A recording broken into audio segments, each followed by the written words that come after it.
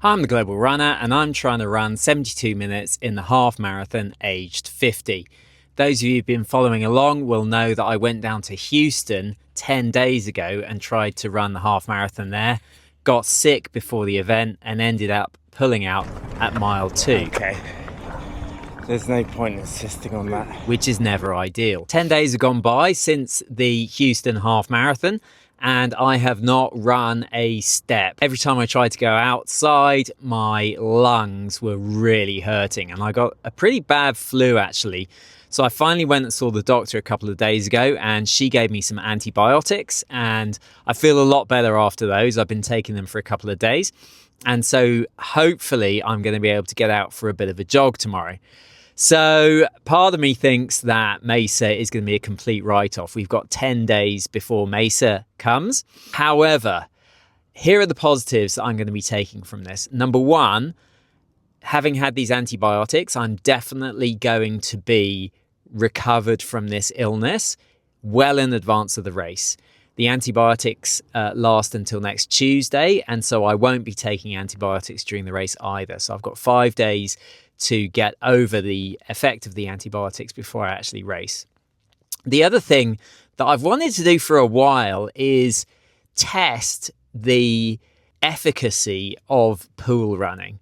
Now, I did pool running a number of years ago when I was injured, and it brought me my 10K PB on the roads. And ever since it did that, I've always wanted to give a real go at pool running to see if I can run a good race off pool running alone. And in the last week, when I've had this sort of thing on my lungs, this sort of bronchial issue, I wasn't able to run outside, but I was able to run in the pool. You're not breathing as heavily when you're pool running. It's less an aerobic exercise and more an anaerobic exercise. And so I was able to do 2 or 3 pool sessions despite not being able to run. So that gives me some hope that Mesa might not be a disaster. So what I'm going to do is I'm going to try a bit of a jog tomorrow just to test the legs out, but insist on another pool run.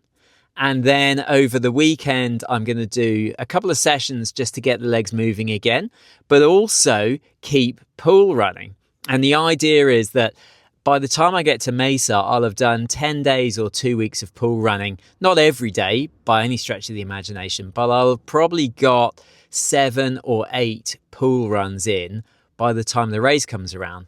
And I find pool running really impacts my ability to run strong.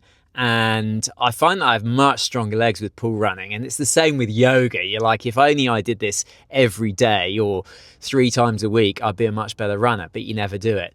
So I'm going to insist on the pool running and use Mesa as a bit of an experiment to see how well I can run almost exclusively on pool running alone. The interesting thing about pool running is when you look at your watch afterwards, your training readiness really takes a hit, and it calls it a sprint session, and it says it's massively high for anaerobic capacity. And I'm never sure whether that's just because the pool water interferes with the wrist heart rate monitor, or if it really is a really good anaerobic workout. I just don't know which one is true.